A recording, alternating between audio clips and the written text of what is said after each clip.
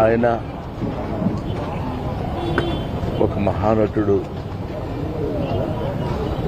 అని నేను ప్రత్యేకంగా చెప్పాల్సిన పని లేదు. ఒక దశకంలో నేను, కోట శ్రీనివాసరావు, బాబు మోహన్ మేము ముగ్గురం ప్రతి సినిమాలో ఉండేవాళ్ళం. రోజుకు 18-20 గంటలు పనిచేసేవాళ్ళం. ప్రతి లాస్ట్ 40 years 4 decades-గా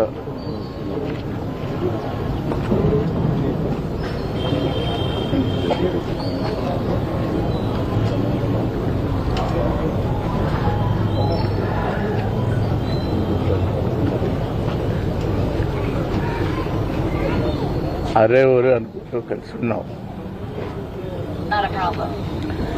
వాళ్ళ కోట లేడు అంటే